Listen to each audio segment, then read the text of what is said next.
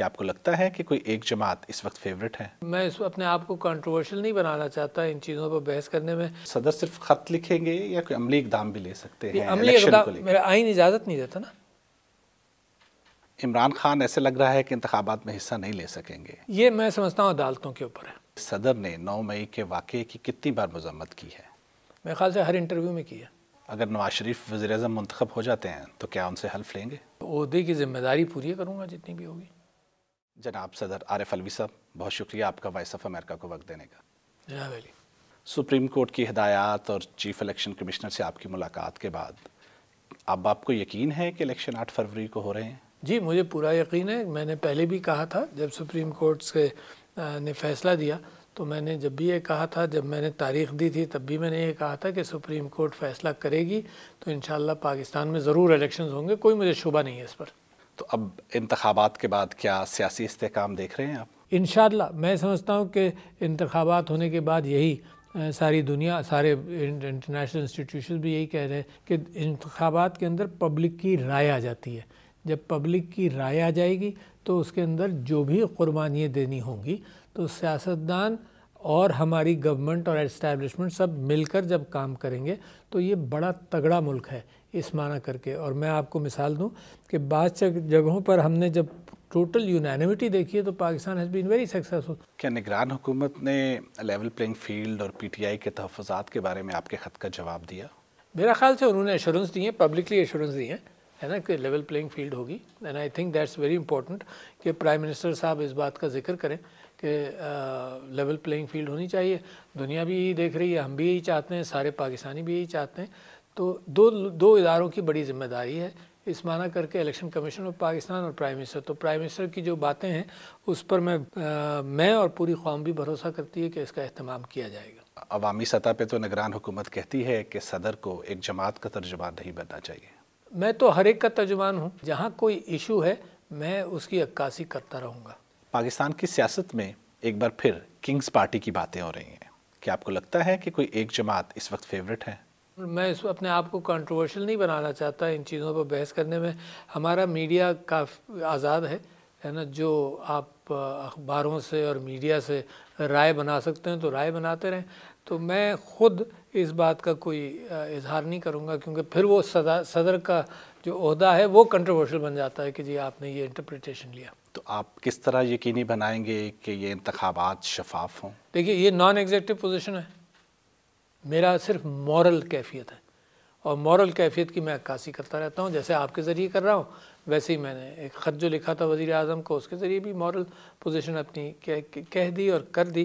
Constitutionally this is a symbolic position. تو آپ نے پہلے بھی خط لکھا الیکشن کی تاریخ کے حوالے سے، دیکھیں میرے ملک میں یہ ہر ملک کے اندر یہ معاملات چلتے رہتے ہیں جس کے اندر پرامپٹنگ ہوتی ہے، انسٹیٹیوشنز رسپونڈ کرتے ہیں، پھر پرامپٹنگ ہوتی ہے۔ تو اس آفس کی جو پرامپٹنگ ہے وہ اہمیت رکھتی ہے نا، تو وہ ہم پرامپٹ کرتے رہیں۔ تو صدر صرف خط لکھیں گے یا کوئی عملی اقدام بھی لے سکتے ہیں عملی الیکشن کو اقدام لے کے؟ میرا آئین اجازت نہیں دیتا نا، جہاں جو آئین اجازت دیتا ہے وہیں تک کروں گا۔ دیر از نو ایگزیکٹو اتھارٹی، تو لہٰذا وہ ایکسپیکٹیشن جو ہے نا وہ صدر سے نہیں ہونی چاہیے۔ لیکن سپریم کورٹ تو کہتی ہے کہ صدر نے الیکشن کی تاریخ کے حوالے سے اپنی ذمہ داری ادا نہیں کی۔ میں نے ایڈوائس جس سے لیا، میں ایڈوائس کس سے لیتا ہوں؟ اداروں سے لوں گا نا۔ مجھے ایڈوائس لا منسٹری نے جو دیا، میں سپریم کورٹ نے اس چیز پر بحث نہیں کی۔ انہوں نے یہ کہا، یہ ریمارکس تھے جو سپریم کورٹ نے دیے، مگر سپریم کورٹ نے اس کی تحقیق نہیں کی۔ سپریم کورٹ نے یہ کہا کہ اگر اس تحقیق میں لگیں گے تو تاریخ دیر میں ملے گی۔ سارا ڈائلاگ تو یہی ہے نا۔ تو لہٰذا سپریم کورٹ ریمارکس دیتی ہے to get response and opinion. تو نہ میں وہاں ریپریزنٹیڈ تھا، میرا کوئی وکیل وہاں پہ کوئی بات کہہ سکتا تھا۔ سپریم کورٹ نے کہا اس وقت تاریخ دے دیں، تو اس وقت تاریخ دے دی۔ تو I agree with the supreme court کہ سپریم کورٹ نے پریکٹیکل کام کیا اور یونینیمٹی کے ساتھ کیا۔ لہٰذا میں اپریشیٹ کرتا ہوں سپریم کورٹ کو کہ ملک کے اندر کہیں یونینیمٹی چاہیے۔ ایسے وقت میں جب کہ مقبول قیادت جو ہے وہ جیل میں ہے اور وہ شاید انتخابات میں شریک نہیں ہو سکے گی، کیا انتخابات کی شفافیت پہ سوال نہیں ہوں گے؟ میرا خیال ہے کورٹس اپنا رول پلے کر رہی ہیں، سپریم کورٹ اپنا رول پلے کر رہی ہے۔ تو ابھی تو یہ جیسے آپ کا سوال ہے نا، بذات خود یہ انڈرسٹینڈنگ آف دا پرابلم کے اعتبار سے آیا ہے. میں اپنے انسٹیٹیوشنس کو ٹرسٹ کرنا چاہتا ہوں، ڈیلیبریٹلی ٹرسٹ کرنا چاہتا ہوں. صدر کے پاس اور کوئی چارہ نہیں ہے besides carrying this trust and prompting issues like this and occasionally talking to you. Imran Khan ایسے لگ رہا ہے کہ انتخابات میں حصہ نہیں لے سکیں گے. یہ میں سمجھتا ہوں عدالتوں کے اوپر ہے. I will not conjecture into that. عدالتوں کے اوپر ہے. انشاءاللہ انصاف ہوگا. پاکستان انصاف کی بنیاد پر بنا ہے اور انصاف ہی کی بنیاد پر قائم رہے گا.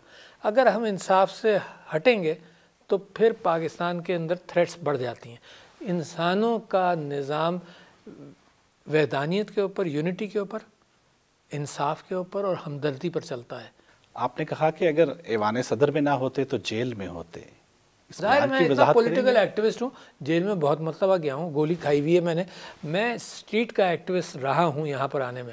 تو مجھے یقین ہے کہ کہیں نہ کہیں میں فرسٹریٹ ہوتا تھا سڑکوں پر، تبھی میں نے گولی بھی کھائی ایوب خان کے زمانے میں. فرسٹریٹ ہوتا تو جیل میں بھی ہوتا. نگران وزیر اطلاعات نے سوال کیا ہے کہ صدر نے 9 مئی کے واقعے کی کتنی بار مذمت کی ہے؟ میرے خیال سے ہر انٹرویو میں کیا. آپ کے یہاں بھی کرتا ہوں. سیٹلز دیٹ کویسچن. 9 مئی کے جو ملوث لوگ ہیں کیا ان کا فوجی عدالتوں میں ٹرائل ہونا چاہیے؟ یہ کویسچن کورٹس کے اوپر ہے نا. Let me not pre-empt. میں سمجھتا یہ ہوں کہ آپ نے پوچھا تھا، میں ایک مذمت کی تھی اور ہمیشہ ہی مذمت کرتا رہا ہوں. دیکھو میں سمجھتا ہوں کہ میں نے جو گولی کھائی تھی ایوب خان کے زمانے میں وہ اس لیے کھائی تھی کہ میں لوگوں سے کہہ رہا تھا کہ توڑ پھوڑ نہیں کرو. تو میں تو اس بلیور ہوں اس بات کا کہ ایک تو حکومتیں موقع نہ دیں کہ سڑک پر ایسے احتجاج ہو، اور احتجاج میں بھی نیشنل ایسٹس کو توڑنے کے اعتبار سے یہ 69 کی گولی ہے. گواہی ہے اس بات کی کہ ساری زندگی میری ایسے ہی گزری ہے. آپ عمران خان کے اسٹیبلشمنٹ سے تعلقات بہتر کرنا چاہتے تھے، کیوں کامیاب نہیں ہو سکے؟ میرے خیال سے بہت ساری چیزیں اس کے اندر سن بٹ سے پوری، میرے خیال سے مجھے اور آپ کو پورا دن لگ جائے گا کہ کیا ہوا، کیا کیفیت ہوئی، کہاں مس انڈرسٹینڈنگز ہوئی. تو لہٰذا اس میں جو ناکامی ہوئی وہ انہی وجوہات کی وجہ سے ہوئی. That true.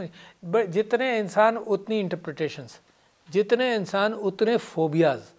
اگر کلیئرٹی اور ٹروتھ ٹیبل پر آ جائے تو لوگوں میں اشتراک آسان ہو جاتا ہے. دنیا کا حال اس وقت فوبیاز پر ہے. جو غزہ کے اندر ہو رہا ہے مثال کے طور پر، وہ بھی میرے لیے اور آپ کے لیے بڑا متعجب ہے. وہاں انسانی انوالوڈ ہیں، انسانی مظلوم ہے اور انسانی ظالم ہے. اور وہ انسان ظالم ہے جس نے تاریخ میں ظلم دیکھا ہے اپنے اوپر، جس کے 60 لاکھ لوگوں کو، یہودیوں کو پولینڈ کے اندر اور مختلف جگہوں پر ایلیمنیٹ کیا گیا. وہ انسان جب فوبیاز میں ریئیکٹ کر رہا ہے تو ویسے ہی ریئیکٹ کر رہا ہے جیسے جو اس کے ساتھ ہوا تھا. غزہ کی صورتحال پر پاکستان کا جو عالمی فورمز پر موقف ہے، آپ اس سے مطمئن ہیں؟ بالکل 100%. بلکہ میں تو یہ سمجھتا ہوں کہ اتنا ظلم دنیا دیکھ رہی ہے، مجھے تو شرم آتی ہے انسانیت کے اوپر کہ کیسے وہ تماشا دیکھ رہے ہیں اور تیار نہیں ہے سیز فائر کے لیے. 2 اسٹیٹ سلوشن کو مسلسل ملتوی کرتے رہے. یعنی آسلو اکارڈ ہوا 90s میں، پھر اس کے بعد کیمپ ڈیوڈ پیس اکارڈ ہوا، اور یہی پرائم منسٹر آف اسرائیل اپنی ساری گفتگو کے اندر مسلسل یہ کہتے رہے کہ ہم نے 2 اسٹیٹ بننے نہیں دینی. اور لہٰذا یہ ساری اس سلسلے کی کڑی ہے. قائد اعظم محمد علی جناح نے جب پاکستان کا ریزولوشن پاس ہوا تھا، جب ہی ایک مذمتی ریزولوشن پاس ہوا تھا، ساتھ ساتھ پاکستان بن رہا تھا. 1940 کا ریزولوشن تھا، وہیں فلسطین کا 2 ہی ریزولوشن پاس ہوئے تھے، 2 نہیں زیادہ ہوئے تھے، مگر فلسطین اور پاکستان کا دونوں پاس ہوئے تھے. تو پاکستان کا سٹینڈ یہ ہے کہ پاکستان گوز اباؤٹ ہمیشہ سے رہا کہ جو فلسطینیوں کو یونانیمسلی سلوشن پسند آئے گا وہی پاکستان کا سلوشن ہے. ایک اور 2 اسٹیٹ سلوشن کو پاکستان اس وقت سپورٹ کرتا ہے کیونکہ فلسطینی اس بات کے ساتھ ہیں.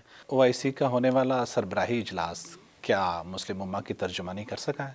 میرا خیال ہے OIC کے اجلاس کے اندر ویریڈ اوپینینس کے ساتھ آئے، مگر سب کا یہ کہنا تھا کہ جنگ بندی ہو، سب کا یہ کہنا تھا کہ جنگ بندی ہو اور 2 اسٹیٹ سلوشن ہو.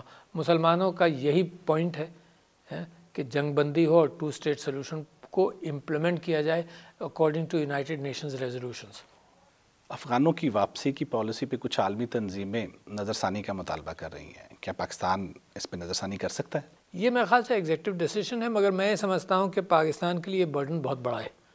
یعنی 35 لاکھ لوگوں کو ہم 30-40 سال سے ہم نے پناہ دی ہوئی ہے. ہمارے افغان مسلمان بھائی ہیں، اور ہماری معیشت پر اس کا بہت اثر ہوا، ہمارے اپنے روزگار پر اثر ہوا، کیونکہ ان سب کو جب روزگار ملا تو پاکستان کی پاپولیشن، خود روزگار والی پاپولیشن تو 8-10 کروڑ کی ہے نا، 8-10 کروڑ میں سے 35 لاکھ افغانی ہیں یہاں پر موجود.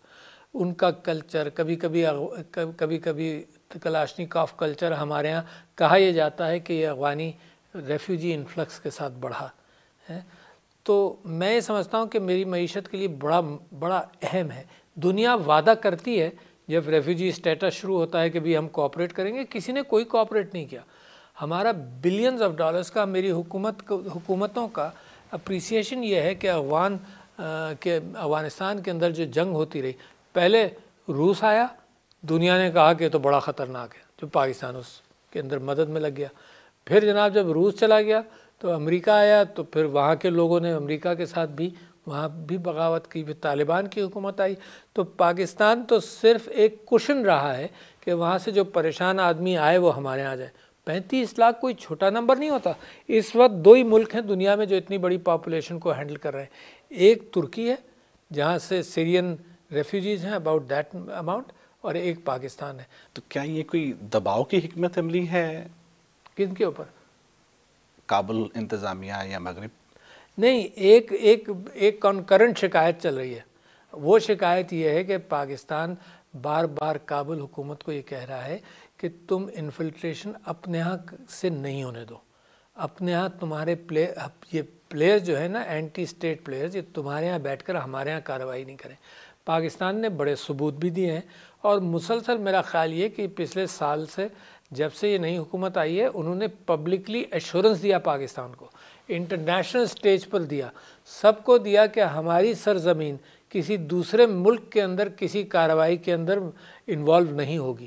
مگر پچھلے کافی دنوں سے، 1 سال سے، میں چیف صاحب سے پچھلے دنوں میری ملاقات ہوئی تھی یا بات ہوئی تھی فون پر، تب بھی انہوں نے میرے ساتھ یہ شیئر کیا کہ ہم کنٹینیوسلی ان کو بتا بھی رہے ہیں، ایویڈنس بھی دے رہے ہیں. اور اس کے ساتھ ساتھ دوسری بات یہ کہ کبھی اگر وہاں سے یہ بات آتی ہے کہ جی ہمارا اتنا کنٹرول نہیں ہے، تو کنٹرول کے اعتبار سے میں یہ ڈسکشن کرتا ہوں کہ اتنا کنٹرول ہے کہ پاپی کلٹیویشن جو رشینز کے زمانے میں 7-8 ہزار تھی، جب امریکن سپورٹڈ گورنمنٹ رہی تو بھی 8-10 ہزار ٹنز تھی، وہ اس وقت 300 ٹن پر آ گئی ہے. بلکہ انٹرنیشنلی یہ کہا جا رہا ہے کہ تم 300 ٹن پر آ گئے تو تمہارے یہاں روزگار کا کیا ہوگا. تو ان یقین دہانیوں کے باوجود افغان طالبان کیوں پاکستان کے تحفظات دور نہیں کر پائے؟ یہ مجھے نہیں معلوم، مگر تحفظات دور نہیں ہوئے، مگر ایک مسلسل رابطہ ہے ہمارے فارن آفس کا افغانستان کے ساتھ، اور ہماری ڈیفنس اسٹیبلشمنٹ کا جو ذمہ دار ہیں ہمارے بارڈرز کے اندر پیس رکھنے کی اور پروٹیکٹ کرنے کے لیے، ان کا مسلسل رابطہ ہے. ایک رابطے کا فقدان نہیں ہے. اس لیے ہمیں لگا یہ کہ افغانستان سائڈ سے اس کے اوپر زیادہ توجہ دینی چاہیے تاکہ معاملہ ٹھیک ہو. آپ آئینی مدت مکمل کرنے والے پاکستان کے 4تھے صدر بن گئے ہیں، کیسا مرحلہ رہا یہ؟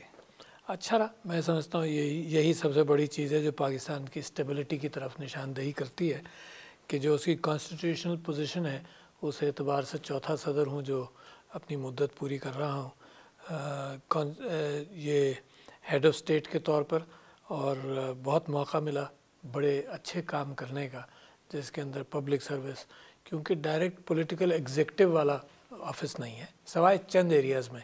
وہ کچھ ایریاز یہ ہیں کہ جو امبڈسمین ہیں یا محتسب ہیں، وہ 5 محتسب میرے نیچے ہیں جن کی اپیلز میں ہینڈل کرتا ہوں، اور ہزاروں اور لاکھوں کیسز آتے ہیں سال میں، 1.5-2 لاکھ کے قریب کیسز آتے ہیں جس کی اپیلز میرے پاس ہوتی ہیں. تو وہ ایک ڈائریکٹ سچویشن ہے. کچھ یونیورسٹیز کو 40-50 یونیورسٹیز کا چانسلر ہوں یا پیٹرن ہوں، وہ ڈائریکٹ کام ہے جو میرے نیچے آتا ہے. پھر پبلک سروس کی بہت ساری چیزیں خود ہی اٹھائیں میں نے، کچھ میری وائف نے اٹھائیں، like breast cancer, women empowerment, اور مینٹل ہیلتھ اور ڈسیبلڈ پیپل. تو میں سمجھتا ہوں یہ بہت بڑے بڑے کرائسیز ہیں پاکستان کے اندر، آؤٹ آف اسکول چلڈرن، جس کے اوپر میں آج کل بڑی محنت کر رہا ہوں. پھر میں جب آیا تو آؤٹ آف دا 3-4 آرٹیکلز جو میں نے لکھے تھے اخباروں کے لیے، تو اس میں سے پہلا آرٹیکل میں نے Pakistan's position in AI in computing لکھا تھا ان دا فرسٹ منتھ یہاں آنے کے بعد، کیونکہ میں چاہتا تھا کہ پاکستان کے اندر ایک وائبرنسی کریٹ ہو نئی ٹیکنالوجی کی طرف. اور وہ ٹیکنالوجیز خاص طور پر جو روٹین سے ہٹ کر import export, traditional import export سے ہٹ کر انٹلیکٹ کے اندر ہمارے لوگوں کو بڑا ہونے میں موقع دے، ان کی ریچ دنیا کے اندر کرے، اور it's been a very accelerating situation جو پاکستان کے اندر چینج آ رہی ہے۔ آپ کے دور میں 3 وزرائے اعظم رہے، عمران خان، شہباز شریف اور اب انور الحق کاکڑ، کیسا پایا آپ نے ان کو؟ میں سمجھتا ہوں کہ جو انٹریکشن میرا وزرائے اعظم کے ساتھ رہا ہے وہ پوزیشن کے اعتبار سے ایٹ اے ڈسٹنس رہتا ہے، یعنی مسٹر عمران خان جب وزیر اعظم تھے تو میرے خیال سے آفیشیل ملاقاتیں ہوتی تھیں، انڈیویجول کم ہوتی تھیں، وہی حال بعد میں بھی رہا، بٹ دیر ہیز بین اچھی کمیونیکیشن، پریسیڈنشل آفس اور وزرائے اعظم کے درمیان اچھی کمیونیکیشن رہی ہے۔ اگر نواز شریف وزیر اعظم منتخب ہو جاتے ہیں تو کیا ان سے حلف لیں گے؟ میں عہدہ ڈیمانڈ کرتا ہے، ویسے ہی مطلب عہدے کی ذمہ داری پوری کروں گا جتنی بھی ہوگی، کرنا چاہیے، جو قوم جس کو منتخب کرے گی کرنا چاہیے۔